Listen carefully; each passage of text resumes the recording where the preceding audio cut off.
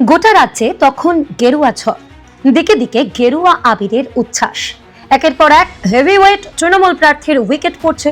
ঠিক সেই সময় সবার নজর ছিল দক্ষিণ 24 পরগনার ভাঙড়ে। একদিকে তৃণমূলের নেতা শওকত মোল্লা আর অন্যদিকে আইএসএফ এর ঘরের ছেলে নওশাদ সিদ্দিকী। গণনা শুরুর প্রথম কয়েক রাউন্ডে হাড্ডাহাড্ডি লড়াই চললেও বেলা গড়াতেই ছবিটা পরিষ্কার হতে শুরু করে।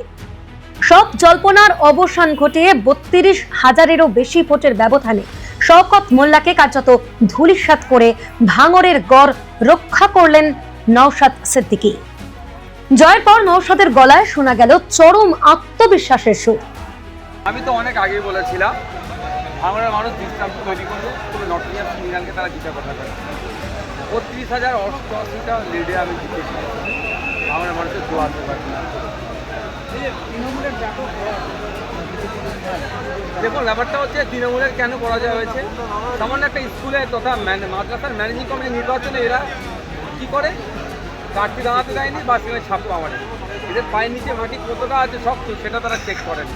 মানুষ সুযোগ পেয়েছে তখন সরকারকে বদলে দিয়েছে। তবে হ্যাঁ, আমাদের সংযুক্ত আমাদের যে আইএসএফ গ্রামেদের মধ্যে প্রার্থীর সংখ্যা বেরোলে বেশি হলে ভালো লাগতো।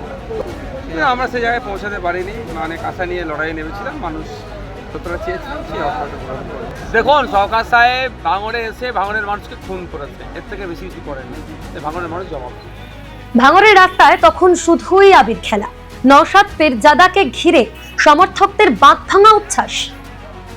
বাংলার নয়া বিধানসভায় ভাঙড়ের প্রতিনিধি হিসেবে নওশাদ এবার কি ভূমিকা নেন সেটাই এখন দেখার।